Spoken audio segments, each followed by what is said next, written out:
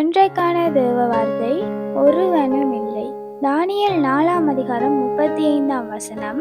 அவருடைய கையை தடுத்து அவரை நோக்கி என்ன செய்கிறீர்கள் என்று சொல்லத்தக்கவன் ஒருவனும் இல்லை.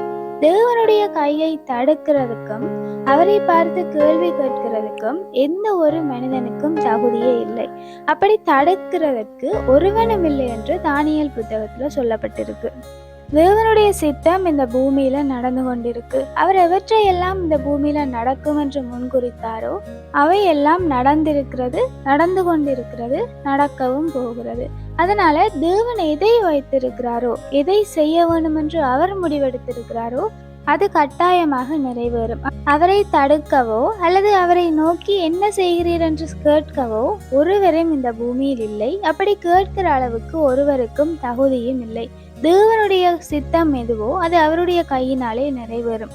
உதாரணமாக நாங்கள் வேதத்துல தேவனை சிலுவையில் அடைகிற அந்த தருணத்தை எடுத்துக்கொள்ளும் பொழுது தேவனுக்கு இவையெல்லாம் சம்பவிக்க போகிறது என்றது முன்னமே தெரியும். அவர் தெரிந்து கொண்டே தன்னை தானே பலியாக ஒப்பு கொடுத்தார்.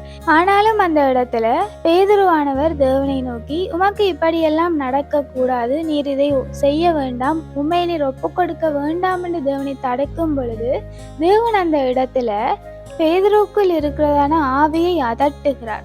தேவனுடைய கையை தடுக்கவும் அவரை கேள்வி கேட்பதற்கும் யாரும் இல்லை. தேவன் எங்களுக்கென்று குறித்தவைகளை அவர் குறித்த நேரத்தில் நிறைவேற்றுவார். தேவன் எங்களுக்கு தரவிருக்கிறதான ஆசீர்வாதத்தை யாரும் அவருடைய கையை தடுத்து என்ன செய்கிறீர்கள் என்று கேட்க முடியாது.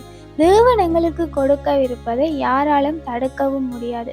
அதே நேரம் தேவன் எங்களுக்கு ஒரு காரியத்தை தடை செய்யும் பொழுதும் அவரை கேள்வி கேட்பதற்கான தகுதி எங்களிடத்தில் காணப்படுகிறது இல்லை.